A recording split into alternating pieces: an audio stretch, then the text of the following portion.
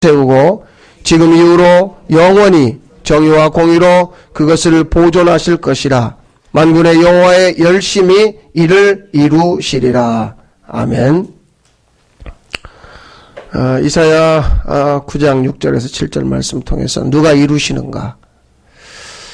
지난 한 주간 계속해서 묵상할 수밖에 없었던 말씀입니다. 그래서 수요일에도 좀 나눴고요. 계속해서 보게 되는 것인데, 누가 이루시는가, 누가 일하시는가, 같은 이야기죠. 이미 우리가 요한복음 15장 1절에서 결론은 났어요. 아버지가 일하신다. 여기 지금 7절 마지막에도 보면 여호와의 열심히 일을 이룰 것이다. 그렇게 말씀하고 있습니다. 자, 여러분 이걸 한번 생각해 보세요. 지난 목요일 날 저녁에 말이죠. 우리나라의 모 휴대폰 통신사 전화가 불통이 됐습니다. 자그마치 6시간이나. 그러니까 어떤 일이 벌어지냐면 사람들이 불안해하고 초조해하고 막 걱정되고 그냥 죽겠는 거예요. 그래서 전화가 안 돼가지고 생계에 지장을 받은 사람들이 지금 손해배상해라. 예? 이제 그런 지금 상황이고 그 회사에서도 손해배상하겠다. 이제 그런 상황이에요. 560만 명이라고 하는 어마어마한 사람들이 피해를 받습니다. 그 지역에 사는. 그래서 음식은 배달이 안 되고, 물론 신청도 안 되니까 배달이 안 되겠죠. 대리기사들도 난리고, 우리 오늘 공쳤다. 어떡할래? 그러니까 나 오늘 돈 못 벌었다. 지금 그 얘기를 하고 있는 거예요. 그 얘기를 몇 번 지금 계속 방송에 나와요. 들으면서 우리가 지금 여기 앉아 있지만 세상은 계속 쉬지 않고 돌아가는 기계들이 있어요. 사람들이 그걸 만들어낸 거죠. 그게 계속 돌아감으로써 우리는 편리하게 사는 거예요. 그러니까 휴대폰 중계기가 그게 꺼지는 순간 우리 삶은 너무 불편해져 버려요. 못 견디는 거죠. 근데 못 견디는 게 뭐냐면 불안한 거예요. 그래서 스마트폰으로 뱅킹이 안 되는 거예요. 돈 거래가 안 되는 거예요. 결제가 안 되는 거예요. 그 다음에 연락이 안 되는 거예요. 왜 안 오지? 왜 전화도 안 받지? 불안한 거죠. 그런 상황들로 이제 내몰리는 거죠. 그런 상황들을 방지하기 위하여서 계속 사람들이 기계를 돌려요. 그 기계를 돌린다는 건 여러 가지죠. 예를 들면 자동차. 사람들이 나 고속도로에서 몇 킬로로 밟아봤어는 자랑해도 속도를 갖다가 최저로 말한 건 자랑하지 않아요. 왜냐하면 자랑은 뭐냐면 빨리 가는 게 자랑이거든요. 나 그 거리를 얼마 만에 달려봤어. 단축해봤어. 그 사람들이 자동차라는 기계를 만들었어요. 그런데 그 자동차 때문에 많은 사람들이 오늘도 장애를 입고 그 자동차 때문에 세상을 떠났죠. 그건 생각하지 못하는 거예요. 그리고 늘 그것은 남의 일인 줄 아는 거예요. 공장에 가면 많은 기계들이 있어요. 사람 100명, 1000명, 10,000명이 할 일을 기계 하나가 해내요. 그런데 그 기계 때문에 손가락이 잘리고 다리가 잘리고 하반신 마비가 오고 그 기계 때문에 죽고. 그런 건 생각하지 않은 거죠. 내 일이 아닐 거라고. 나에게 일어날 일이 아닐 거라고 생각하는 거죠. 그런데 만약에 그 일이 벌어지면 견디질 못하는 거예요. 불안해서. 저 하늘에 인공위성 띄워놓고요. 계속해서 감시하고 계속해서 연락하고 주고받는 거죠. 기계. 그 기계 때문에 사람들은 편안합니다. 잘 살고 있어요. 그런데 그 기계가 만약에 문제를 일으키면 너무 불편해지는 거죠. 그런데 우리가 지금까지 살아온 지난 삶을 되돌아보면 그 지난 그 삶을 통해서 하나님이 뭘 증명해 줬는가 한번 보세요. 그것 없으면 나 못 사는 줄 알았던 그것이요. 그거 없으면 나 망하는 줄 알았던 그것. 그래서 여러분 실제로 망하셨나요? 망했다면 여기 지금 한 사람도 없어야 돼요. 자, 이 말씀을 잘 생각해 보세요. 내가 지금까지 살아온 내 삶을 여러분 얘기할 거 없이 제가 봤다고요. 그래서 아까 누가복음 22장 35절을 말씀드린 게 뭐냐면 하나님이 묻는 거예요. 야, 너 부족한 게 있었니? 없었는데요. 그렇지. 그래, 내가 생각하는 그것 있죠. 나 그것 없으면 끝나는 줄 알았던 그것. 나 그거 없으면 망하는 줄 알았던 그것. 그래서 망했다고 생각했어요. 끝났다고 생각했어요. 그런데 실제로 끝나셨어요? 그게 끝났으면 여러분 여기 계시면 안 된다니까요, 지금? 아니, 암 수술해서 죽었어요? 안 죽었잖아요. 여기 있잖아요, 지금. 근데 뭐 하는 줄 알았어요? 죽는 줄 알았어요. 그래가지고 울고 불고 불안하고 염려되고 잠 못 자고 죽겠는 거예요. 돈 얘기하십시다. 여러분, 저 보세요. 그런데 돈 없어서 어떻게 됐어요? 끝나셨어요? 물론 남한테 창피당한 적 있겠죠. 그래서 끝났냐고요. 이거 뭘 얘기하는 거예요? 그것 없으면 나 망하지 않는다는 것을 하나님이 증명해냈다고요. 하나님이 증명시켰다고요. 공부를 못해요. 그러면 공부 못하면 세상에서 쓸모없는 놈이 된다고 하는 그것이 이루어지지 않았어요. 하나님 뭘 증명했어요? 1등? 1등해야 행복하고 1등해야 성공한 그것이 아니라는 걸 증명해냈죠. 그런데 하나님이 그것 없이도 살 수 있고 그것 없이도 망하지 않는다는 걸 증명해냈는데 우리는 그것을 여전히 추구하는 거예요. 여러분 고린도후서 4장에 보세요. 바울이 뭐라고 설명하는가. 내가 사방으로 우겨쌈을 당하여도 쌓이지 않는데요. 거꾸로 트림을 당하여도 망하지 않는데요. 그걸 증명해냈다니까요. 누가요? 하나님이. 그런데 나는 거꾸로 다른 걸 증명하려고 그래요. 하나님, 그러면 내가 증명해낼게요. 돈이 있어야 행복하다는 것, 병에 걸리지 않아야 행복하다는 걸 내가 증명해낼게요. 하나님을 내가 지금 설득하려고 그러는 거예요. 하나님, 당신이 몰라서 그러는데요. 21세기 대한민국에 살려면 그게 있어야 돼요. 그걸 내가 지금 내 이 육체로 증명해내려고 하는 거죠. 그래서 누가 일하는 거예요? 내가 일하는 거예요. 증명해내야 돼요. 그러면 그 사람은 굉장한 사람이 되는 거예요. 저는 더도 말고 덜도 말고 제가 복음 이후에 십자가를 통과하고 복음을 만나고 거듭나고 하나님이 이 은혜를 이 주님의 마음 새 언약을 부어주신 이후에 3년을 봤어요. 그 3년 동안 어떻게 살았어요? 나로 살았냐고요. 하나님이 증명해냈잖아요. 증명해냈다니까요. 뭘 증명해냈어요? 망하지 않는다는 것. 그거 없으면 인생이 끝나지 않는다는 것. 그럼 그게 뭐예요? 목사한테는 교인이죠. 교회가 크면 그걸로 살 수 있다고 하는 그것. 예전에는 그걸로 증명을 해냈어요. 그런데 지금은 그게 없어요. 그래서 끝났어요?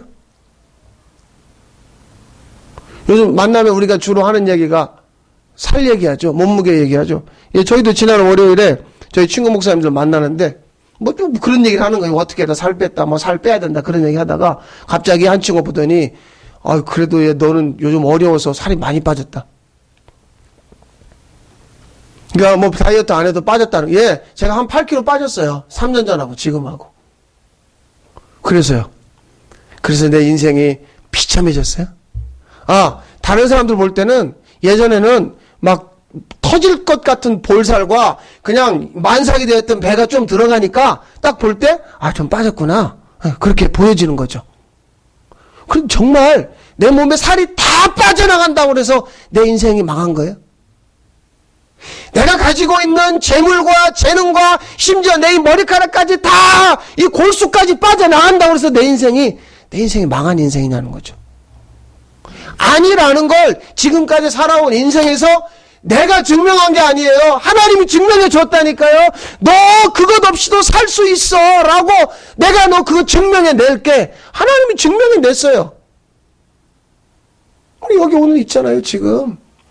우리 지금 뭘 얘기하고 있어요? 복음을 이야기하고 있어요. 예수 생명. 그러니까 힘들죠. 누가요? 여러분이 듣기 힘들어요. 좀 부드러운 스프나 죽을 쏘아서 떠먹여주면 좋은데 정말 거슬리는 이야기. 내가 한 주간 얼마나 힘들게 산 줄 아세요? 그러니까 오늘 교회 왔으면 위로해 주시고 축복해 주시고 그냥 그렇게 좀 부드럽게 해주면 안 돼요? 이런 마음이 원하는 거죠. 근데 하나님이 증명해낸 건 뭐예요? 너 그 거칠은 세상에서, 그 척박한 세상에서 너 어떻게 살아났니? 내가 너 살려낸 거야. 내가 너 여기까지 끌고 왔다니까? 하나님이 지금 여러분의 삶을 통해서 그걸 증명해내고 있는 거예요. 그런데 아직도 다른 사람 이야기, 어떤 사람이 이렇게 믿어가지고 잘 됐다더라, 어떤 애들이 이렇게 공부해가지고 합격했다더라, 여전히 그런 거 뒤적거리고 있는 거예요. 여전히 그런 얘기하고 있는 거예요. 하나님은 나를 증인으로 세우기를 원하시는데, 내가 무슨 대단한 어떤 것들을 했기 때문에 증인이 아니라 내가 오늘 여기 있게 하신 그분의 은혜로 내가 증인되는 거죠. 사도 바울이요, 자기 열심으로 스데반 집사 죽이는데 앞장섰어요. 저런 놈은 죽여버려야 된대요. 그 돌 던지라고 그랬어요. 그 스데반 집사 돌에 맞아 죽었다고요. 그것이 교회를 핍박하고 예수님을 핍박하는 줄 모르고. 바울이 나중에 이런 고백을 해요. 보세요. 갈라디아 1장 14절에 내가 내 조상의 전통에 대하여 더욱 열심히 있었어. 조상의 전통. 빌립보 3장 6절 열심으로는 교회를 박해하고 자기의 열심으로 하나님을 갖다가 짓밟고 하나님을 갖다가 업신여겼죠. 자기 열심으로. 그것이 하나님 잘 믿는 줄 알았어요. 바울만 그런 건 아니죠. 예수님 당시에 지도자들이 왜 예수님을 죽였어요? 저런 놈은 죽여야 된다는 거예요. 그래야 하나님을 잘 믿는다고 생각했어요. 그 사람들은 아버지 하나님과 자기를 갖다가 동일시 여기는 저 젊은 예수 저 죽여야 된다는 거죠. 누구 열심으로요? 자기 열심으로. 로마서 1장 28절에 그런 사람들은 마음에 하나님 두기를 싫어한다고 그랬어요. 자기 마음에 하나님 두기를 싫어해요. 그러면 자기 마음에 누구밖에 없어요? 자기밖에 없어요. 하나님이 자신의 인생 안에 침투해서 들어오는 것을 정면으로 밀어내는 거죠. No! 안 됩니다. 하나님 들어오시면 안 됩니다. 하나님의 가치, 하나님의 복음이 내 안에 들어오는 것을 원하지 않는 자들이에요. 그러니까 밀어내는 거죠.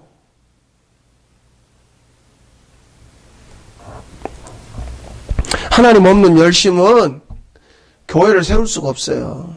하나님 없는 열심. 여러분 수준에서 내는 열심을 통해서 윤택하게 살 수 있어요. 고기 먹고요. 철마다 새로운 옷 입고요. 액세서리 하고요. 어디 놀러 다니고, 여러분이, 부모로부터 물려받은 유산이 있다거나 열심히 안 먹고, 안 입고, 안 써가지고 돈을 모으면 그걸 가지고 윤택하게 살 수는 있죠. 그러나 그 안에는 생명이 없는 거예요. 그래서 한마디로 말하면 가짜죠. 그래서 오늘도 사람들이 교회에 다니면서 자기 열심으로 믿어요. 자기 열심으로 쉬지 않고 교회에 나오고 자기 열심으로 봉사를 하는 거예요. 그러면 지금 오늘 이야기는 뭐냐면 자기 열심으로 믿는 것은 가짜라는 것을 진짜이신 예수님이 폭로시키고 있어요, 지금. 자, 이 이야기를 잘 정리를 해보세요.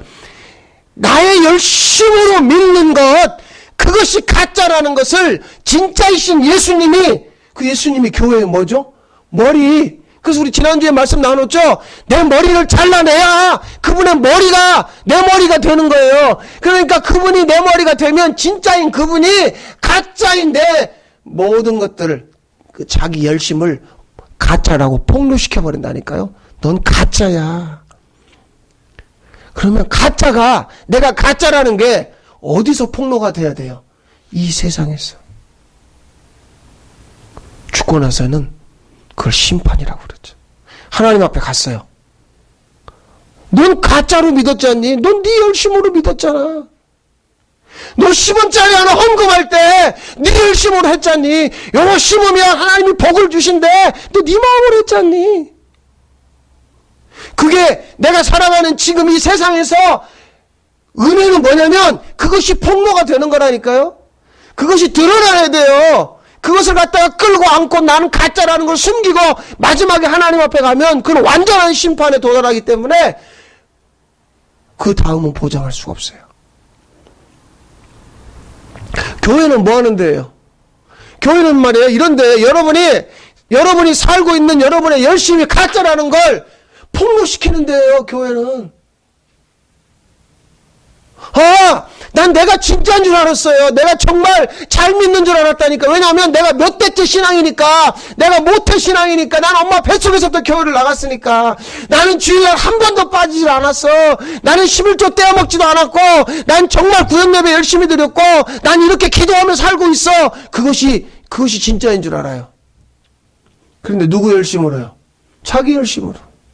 바울이 그 자기 열심으로 스데반 집사를 죽였다니까요. 그럼 죽이면서 바울은 자기가 진짜라고 생각했어요? 가짜라고 생각했어요? 진짜라고. 나같이 믿어야 돼. 나같이.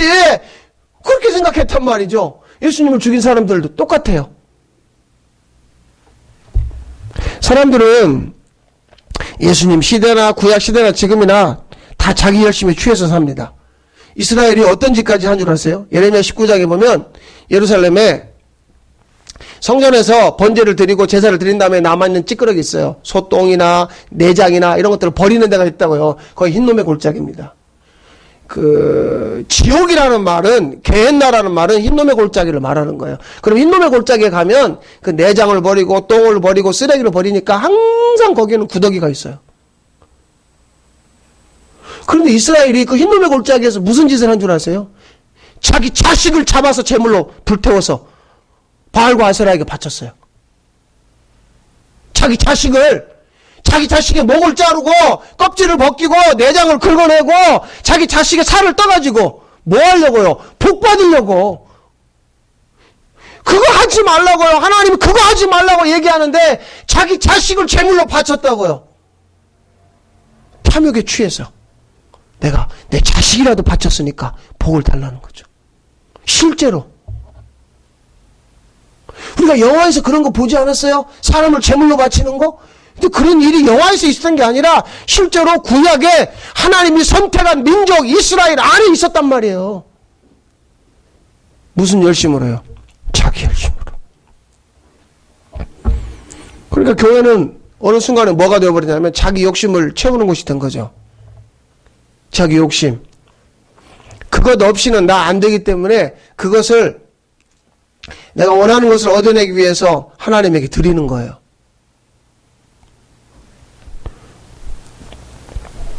그리고 자기 부인이라고 하는 건 내가 가지고 있는 모든 기존의 가치와 경험과 내 자신을 부인할 수 있어야 되는 거기에 가면 사실은 자기 부인하는 그 지점에서 하나님의 임재가 있다고요. 여러분 정말 거울을 보면 어떤 생각을 하세요?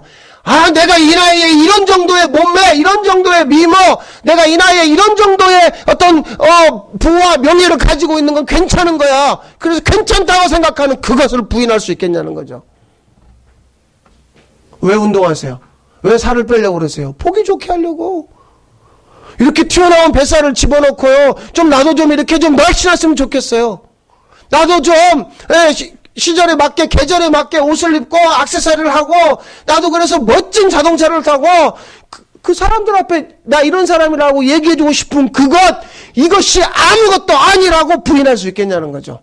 실제로 이건 아무것도 아니야. 이건 껍데기에 불과해. 이건 생명이 없는 거야. 이건 가짜야. 이 차가 나를 증명해 줄 수는 없는 거야. 내가 오늘 갔다가 멋지게 입은 이 옷이 나는 아니야. 난 누구예요? 난 아무것도 아니라고 부인하는 거죠. 자기를 부인하는 그곳에 하나님이 임하는 거예요. 그래서 하나님이 나예요. 나의 존재를 누가 증명시켜줘요? 하나님이. 이 자기 부인이 있었기 때문에 처음에 우리가 초대교회라고 말하는 그 초기 기독교인들은 어디로 들어갔어요? 카타콤으로 들어갔어요. 로마의 공동묘지 지하에 1km, 2km 파고 들어가서 그 안에 집을 짓고 그 안에 모임 장소를 만들어 놓고 거기 들어가 있는 사람들 상당수가 문둥병이었어요. 몇 년 전에 터키에서 새로운 카타콤이 발견됐거든요. 1.8km, 2km 가까이 땅속으로 들어갔어요. 거기서 태어나서 거기 살다 거기서 죽었다고요. 저 바깥의 삶을 동경하지 않았어요.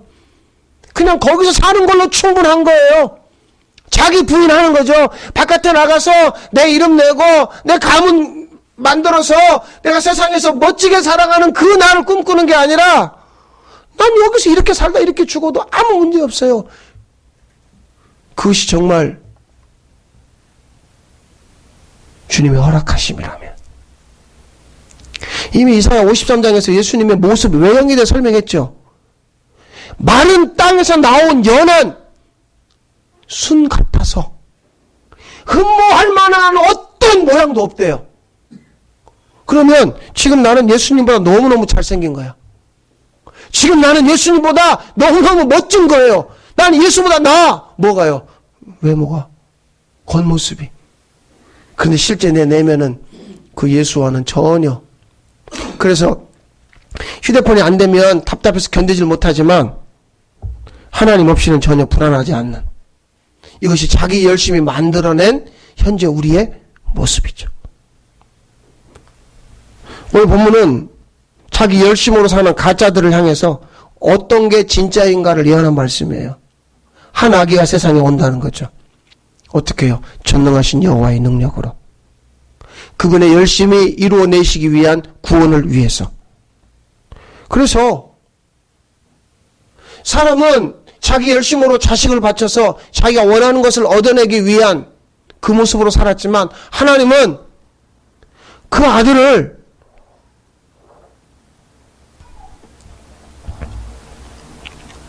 십자가에 죽여서 하나님이 원하는 걸 얻어내는 게 아니라 정말 사람에게 가장 필요한 그 생명을 주기 위한 그 완전한 통로로 그 아들과 십자가를 세운 거죠.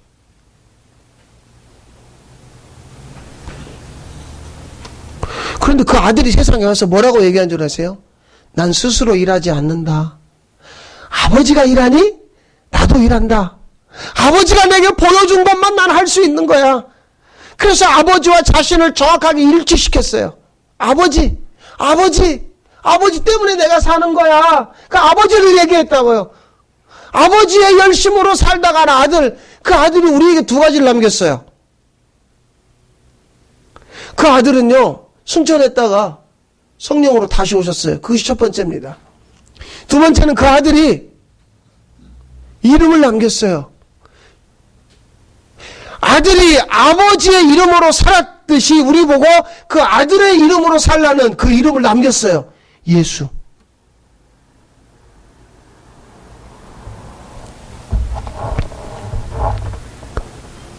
사도행전 3장에서 베드로가 안진뱅이를 일으킬 때 사람들이 놀라서 막 자빠집니다. 굉장하다. 어떻게 이런 일이 있을 수 있어? 그때 베드로가 뭐라고 그래요? 왜 우리를 주목하느냐? 예수, 너희가 죽인 예수, 그 예수가 이 사람을 살린 거야. 예수가 예수 이름으로, 너희가 지금까지 내 이름으로 기도하지 않았잖니? 이제는 내 이름으로 구해봐. 그 예수의 이름을 우리에게 주셨다니까. 예수의 이름으로 사는 사람들, 예수가 머리가 되어 사는 사람들, 예수의 마음이 부어져 사는 사람들, 그들을 교회라고 말합니다. 자기 열심으로 사는 자들이 그 가짜의 삶에서 그분이 이미 이루신 그 영광, 그 예수 이름, 그 이름으로 사는 이들. 그래서 아버지는 아들을 이 세상에 보낼 때 아들의 나라를 세우고 싶어 하시는 것이 오늘 말씀이에요. 아들의 나라.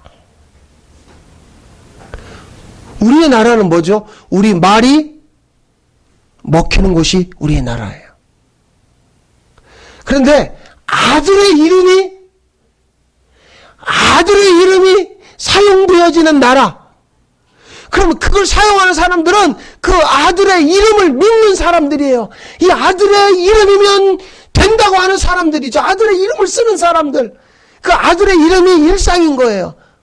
예수의 이름으로 축복합니다. 예수의 이름으로 사랑합니다. 그 예수의 마음이 부어져서 그 예수로 사는 이들 실제로 교회 안에서 말해요. 너는 물된 노상 같겠고 찬양할 때만 그게 아니라 저 문을 걸어서 나가는 내가 날마다 눈을 뜨고 눈을 감기까지 살아가는 모든 내 삶의 자리에서 실제로 예수로 사는 사람들. 그런데 지금 그게 희귀해져 버렸어요. 교회라는 간판을 달았고요. 교회라는 이름으로 사람들이 모였지만 실제로 예수로 사는 사람들이 이 땅 가운데 과장하면 없어져 버린 거죠. 그래서 현재의 내 믿음, 나의 열심으로 세워진 그 가짜가 폭로되질 않아요. 드러나질 않아요. 주님에 의해서 그것이 계속해서 폭로가 되어야 자기가 무너지는 거예요. 자기 부인이 되는 거예요. 그걸 불안해하거나 염려하거나 그것 때문에 초조할 게 없어요. 아, 내가 진짜가 아니구나. 이게 폭로가 됐어요. 그러면 하나님이 박수를 치면서 꼴 좋다 이놈아. 너 가짜구나. 그게 아니라 그 내가 무너지는 그 자리에 주님이 세워지신다니까요. 주님이 나라를 세운단 말이에요. 그게 진짜예요. 그러니까 누가 이루시냐고요? 여호와. 그분의 열심으로 이루어지는 거예요. 그분의 나라 안에 우리를 머물게 하기 위해서. 그것 없이 나 안 죽어요. 그것 없으면 나 망하지 않아요. 그런데 주님 없으면 나 가짜예요. 그 안에 머물지 않으면요. 그거 붙잡으세요. 아버지, 나를 그 진리 안에 세워주십시오. 그 안에 머물게 해달라고요. 그 안에. 누가 이루신다고요? 여호와가 이루세요. 그분의 열심으로. 더 이상 내 열심으로 내가 내는 그 열심 있죠? 잘못하면 교회 무너뜨릴 수 있어요. 교회 머리 대신 예수님 짓밟을 수 있어요. 아, 여호와의 열심으로 내가 세워지는 거구나. 여호와의 열심으로 내가 세워진다는 것을 여호와